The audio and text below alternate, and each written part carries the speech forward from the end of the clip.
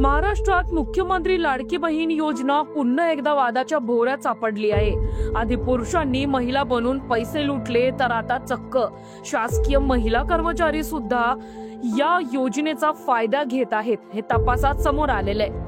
महिला व बाल विकास खात्याच्या तपासात 1000हून अधिक सरकारी कर्मचारी या योजनेचा चुकीच्या पद्धतीने लाभ घेत असल्याचे समोर आल्यानंतर आता या कर्मचाऱ्यांवर शिस्तभंगात्मक कारवाई होणार आहे।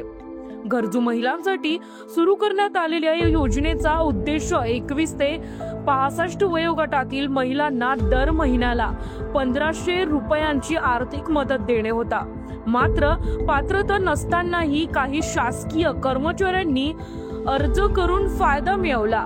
काही ठिकाणी पुरुषांच्याही नावावर रक्कम जमा झाल्याचे निदर्शनास आले आहे।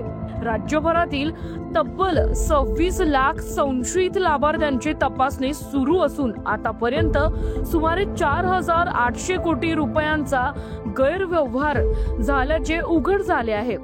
या प्रकरणी ग्रामीण विकास खात्याने जिल्हा परिषदेतील मुख्य कार्यकारी अधिकाऱ्यांना संबंधित कर्मचाऱ्यांवर कठोर कारवाई करण्याचे आदेश दिले आहेत।